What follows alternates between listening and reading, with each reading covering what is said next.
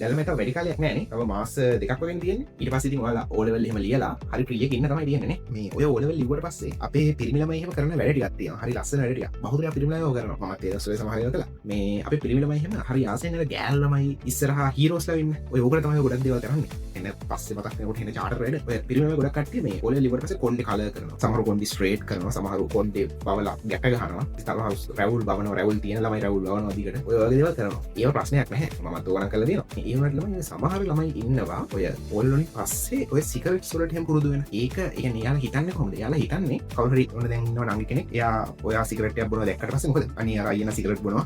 එයා මාර පට්ට පොර එහෙම කියලා හිතනවා කියලා තමයි හිතන්නේ. එහෙම නෑ. යාළුවම එහෙම මෝඩ නැහැ. හරිද? ඒක නිසා ළමයි අර ඔයාලට ඕලෙවල් ඉවර පස්සේ ඔය වගේ දේවල් වලට ගොඩක් chances ඒ ඒනට මම කියන්නේ පුළුවන් තරම් ඒ වගේ දේවල් වලින් වැළකීලා ඉන්න බලන්න. මොකද ඒ වගේ ඔයාගේ අර සෞඛ්‍යයට හොඳ දේවල් වලට වඩා නරක දේවල් වෙන්න තියෙන chance එක වැඩි. මොකද ඔයාලා කොණ්ඩයක් මේ කලර් කළා හරි ස්ට්‍රේට් කළා හරි මොකක් හරි කියලා ඔයාට මේ කැන්සර් එකක් හැදිලා මැරෙන්න තියෙන chance එක ගොඩක් අඩුයි. ඒනට ඔයා සිගරට් එකක් බිව්වොත් අන්න එතනදී ඔයාට කැන්සර් එකක් එන්න තියෙන chance එක පට්ට වැඩි. හරිද? ඒ නිසා තමයි ඒ වගේ දේවල් වලින් මම කියන්නේ පුළුවන් තරම් නෙමෙයි එපා කියලා.